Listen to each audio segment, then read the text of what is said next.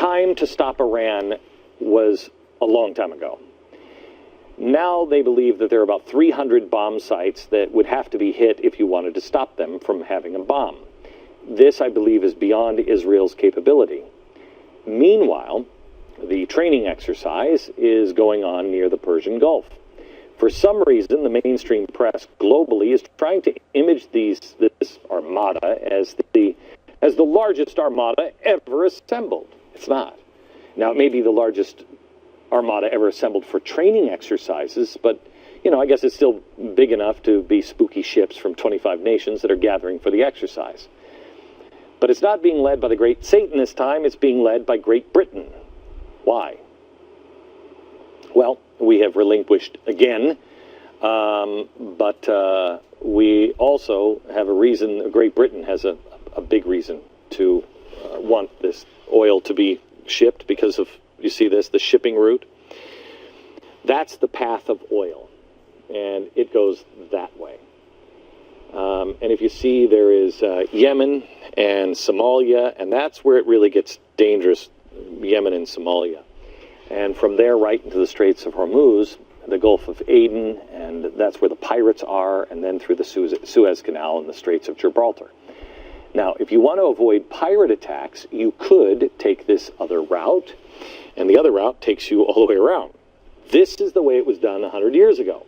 It adds 2 weeks and 6,000 miles to the journey for oil, and it goes all the way around the southern tip of Africa.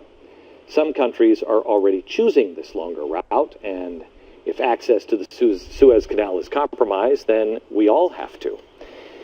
The unprecedented naval exercise, which takes place annually, by the way, is designed to train the crews how to deal with a blockade at the Straits of Hormuz, which could potentially stop the flow of oil from the Gulf entirely for as long as the blockade is in place. Any disruption here would dramatically affect the price of already skyrocketing gas prices, and the shaky global economy would be hit.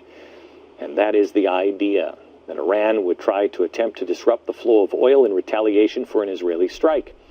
Experts are saying that if there is a strike, we would be looking at minimum $150 a barrel oil.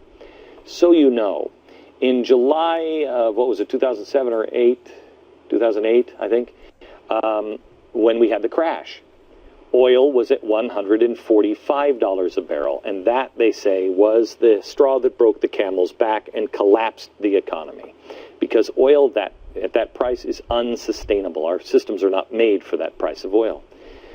Our back is up against the wall now because we have failed to do anything. As Benjamin Netanyahu says, what? Wait for what? Good point. Magic fairy pixies to come out and sprinkle fairy dust on them and make it all go away? We have supported and are currently supporting the wrong people. We ignored the Iranian Revolution, which was our best way out. And then we assisted the Egyptian Revolution, which is going to hurt the access to the Suez Canal. I don't know if you saw The Princess Bride, but I'm hoping you either believe in God or you saw The Princess Bride. If you believe in God, pray, because everything that I talked about and warned would happen is now beginning to happen. And pray, because we need divine providence. If you don't believe in God, I'm hoping you watched The Princess Bride, because maybe we can get Miracle Max. I'm just saying. We need the miracle. It's very important. Look, I'm retired. Besides, why would you want someone the king's stinking son fired? I might kill whoever you want to make the miracle. He's already dead. He is, huh? I'll take a look. Bring him in. Okay. So, as is your board, you're going to take it all the way to the Pacific Park. As I looked at the maps this weekend, I saw this map on television. Can you take it? I saw this map on television. And I remembered, put them side by side, I remembered the map that I made that I was mocked for, warning that the world was about to be set on fire and was in danger. It's the same exact map. So I spent some of my weekend going, wow, we are dead. And I prayed a lot. And then I remembered Miracle Max. And while I'm not going to hunt for Miracle Max, maybe somebody will remind us that we're only mostly dead.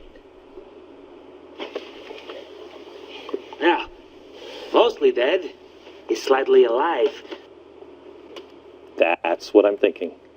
We are slightly alive. I don't know about Miracle Max, but God is not neutral. We no longer can afford to be either.